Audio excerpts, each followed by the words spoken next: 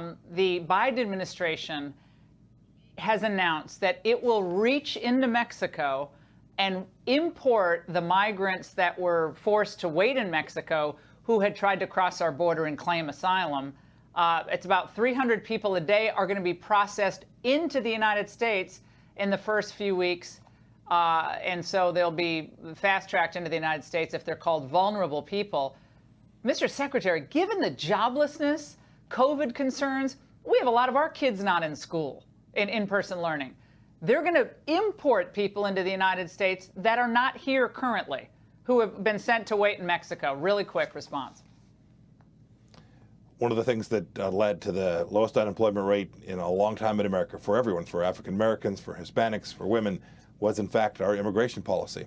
And to allow these people to come in, almost all of whom have claims that will prove ultimately not to be valid for asylum, to allow them to come into the United States, to actually go grab them after we have lawfully told them, no, they've got to wait in Mexico until they get their hearing. This is something that is unprecedented. Are you concerned in any way that as people are seeing the images of migrants being released into the interior, they just get encouraged to come to the U.S., try and cross illegally so that they have the same luck of just being released?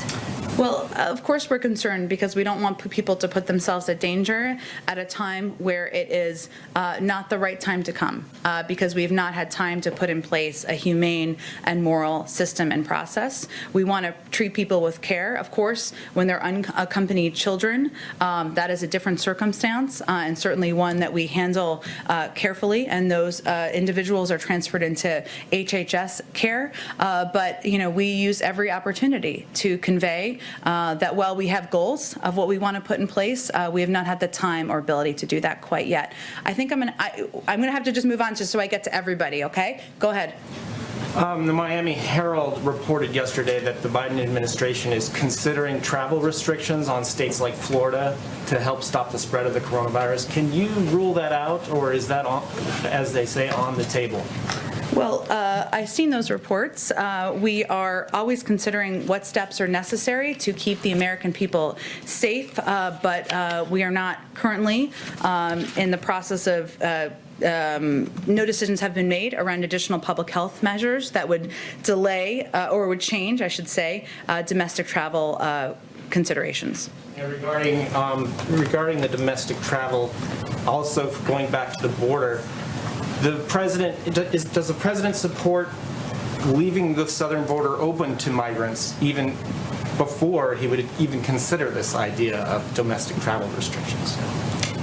Well, the border is not open.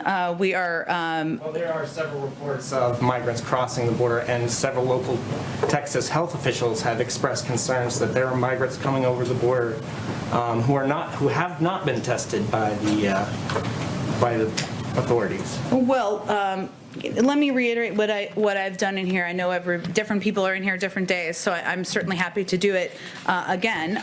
You know, first, the majority of people who come to the border are turned away. And we are enforcing our laws at the border, but we are also doing it or attempting to do it in a humane way. And so this is not, again, the time to come. We have, of course, I would refer you to DHS and CBP, who can outline more specifics. But when long-term holding solutions are impossible due to COVID-19 capacity limitations or other reasons, some migrants are processed for removal, provided a notice to appear, and wait within the U.S. to await an immigration hearing. These have been incredibly narrow and limited circumstances in which they've happened recently. And I'd certainly send you to the Department of Homeland Security for more specifics and numbers and data, which they're just more equipped to provide.